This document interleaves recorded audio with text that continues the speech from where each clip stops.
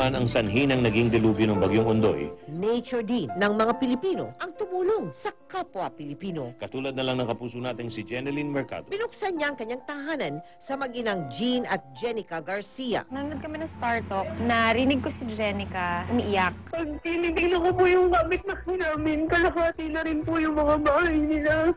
So, ang ginawa ko, tinext ko lang siya, Jen, sabi ko, kailangan mo ng tulong ko, nandito lang ako.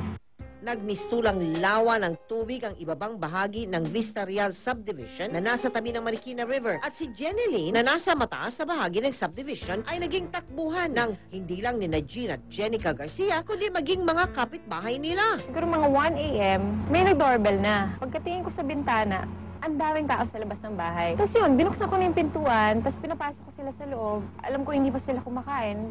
Naghanda ako ng mga kung ano lang yung meron sa bahay, yung mga kape, mainit na tubig, tapos mga noodles, cup noodles, tinapay. Damang-dama ni Jeneline ang hirap na dinanas ng kanyang mga nasalantang kapitbahay. Sana hindi na maulit yung pangyayari. Alam ko, ang laki ng nasira, ang daming nawala, pero sana makabawi ulit, makapagsimula ulit. Kung